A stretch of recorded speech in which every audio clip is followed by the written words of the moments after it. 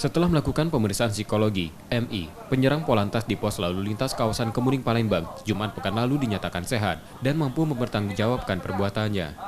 Menurut polisi, pemeriksaan psikolog dilakukan intensif selama beberapa hari. Tersangka dapat memberikan keterangan dengan jelas dan menunjukkan kondisi normal. Tersangka pun mampu mengingat waktu, tempat, serta kronologis kejadian secara rinci. Sedangkan motif tersangka melakukan penyerangan karena ingin menguasai senjata api korban. Dari kasus ini, tersangka dijerat pasal berlapis yakni pasal 351 ayat 2 KUHP tentang penganiayaan dan pasal 338 KUHP perencanaan pembunuhan dengan ancaman 15 tahun penjara.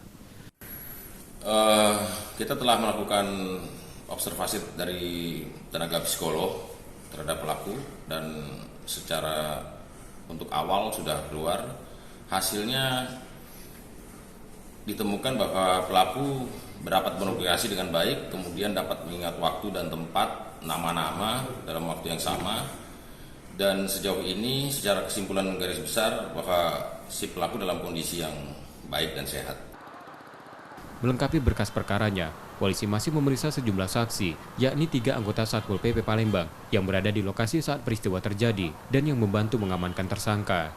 Reski Oktora, Muklas Diferensial, Kompas TV, Palembang, Sumatera Selatan.